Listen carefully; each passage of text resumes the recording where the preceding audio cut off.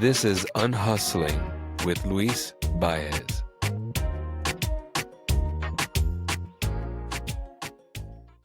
I used to chase enough like it was a finish line.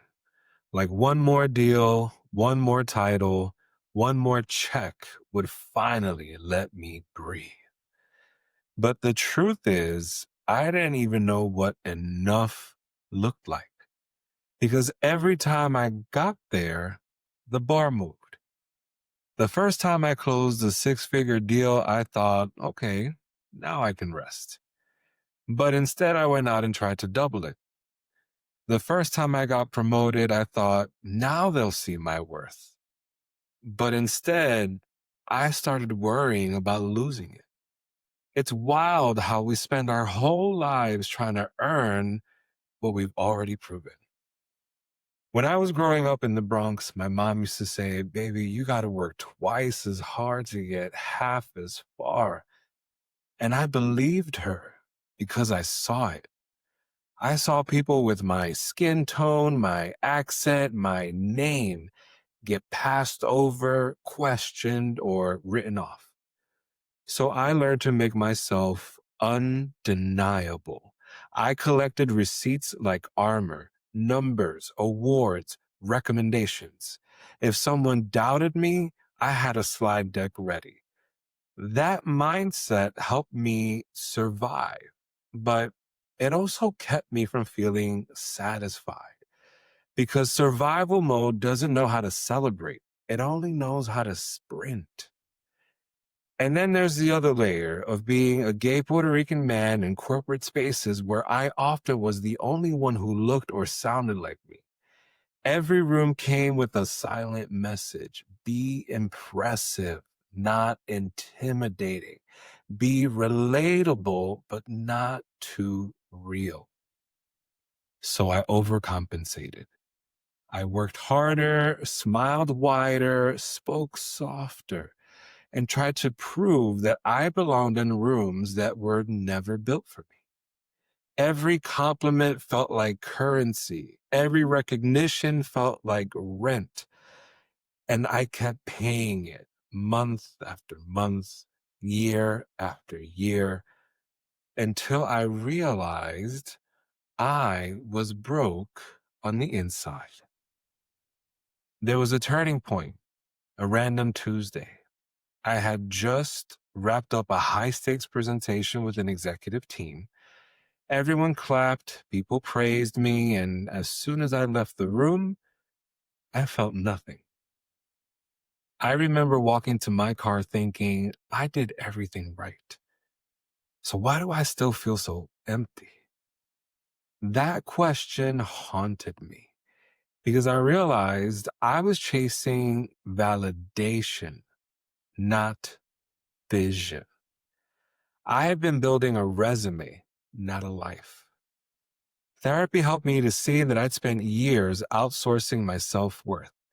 My achievements were my addiction. If I wasn't winning, I felt worthless.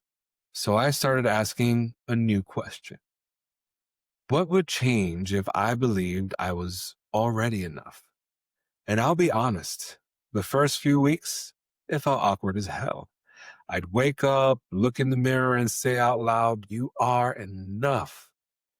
And my brain would respond, boy, stop lying. But slowly, the repetition started to rewire something. I stopped chasing applause and started choosing peace. I stopped fighting for approval and started building alignment. I said no to clients who wanted a discount on my energy, stopped over explaining my value in every pitch, took time off without guilt. I stopped negotiating my boundaries to keep other people comfortable. And the more I did that, the more I realized something powerful. Enough isn't the end of ambition. It's the start of alignment. Because when you know you're enough, you stop performing for proximity to power and start creating from personal truth. Unhustling is brought to you by bookedbusypaid.com, the home of systems that support your sanity. If your business is scaling faster than your energy, it's not a motivation problem, it's a systems problem. At bookedbusypaid.com, I partner with founders to build the structure that turns chaos into clarity and growth into peace. Because building a business you love shouldn't cost you the life you're trying to protect. Visit bookbusypaid.com to start freeing up your time today. Now, I want to leave you with a few questions. Write them down, sit with them, reflect on them, talk through them out loud. This is where the real work starts to happen. First question: who taught you that achievement equals worth? For me, it was survival. Growing up in poverty, watching my mom work multiple jobs just to keep us housed and fed, I learned that your value lives in what you produce. If you weren't working, you weren't contributing. If you weren't contributing, you didn't matter. That belief followed me into adulthood, into every boardroom, every pitch, every negotiation. I kept trying to prove I was valuable instead of remembering I already was. So I had to unlearn that. I had to separate my identity from my output. And let me tell you, that was harder than any sales quota I ever hit. Next question: what would you stop doing if you already felt whole? This one cracked me wide open because if I already felt whole, I'd stop performing in rooms that drain me just to feel seen. I'd stop taking on clients who don't respect my boundaries just because the check is big.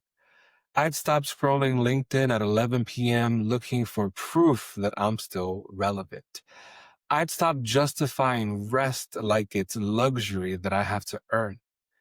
The truth is, wholeness doesn't come from achievement. It comes from acceptance. And once I accepted that I was enough, not perfect, not done growing, but enough, everything shifted. I started making decisions from peace, not panic, from alignment, not anxiety. And final question: where in your life are you still trying to prove something you've already proven? This one is the one that keeps me humble because even now, even after all this healing and all the work that I've done on myself, I still catch myself over explaining my credentials to people who already said yes. I still find myself working late to prove that I'm really committed when no one's even asking. I still have moments where I wonder if my success was a fluke, if people will figure out that I don't belong, that I'm some kind of imposter. But here's what I've learned: you don't have to believe the lie every time it shows up. You just have to notice it, name it, and choose differently. So now when I catch myself performing for approval, I pause, I breathe, and I remind myself, I've already proven this, and I don't need to do it again. If you take nothing else from this episode, please take this. You were never supposed to earn your worth. You were supposed to express it, because enoughness isn't complacency. It's clarity. It's the point where effort meets ease. You are enough right now, exactly as you are. This is Unhustling, where we build slower, breathe deeper, and still get it all done on our own terms. I'm Luis Baez, and I'm in your corner. Bye for now. You've been listening to Unhustling with Luis Baez. If this episode resonated, then share it with someone who needs to hear it. New episodes drop every Sunday. Subscribe at unhustling.com so you never miss one.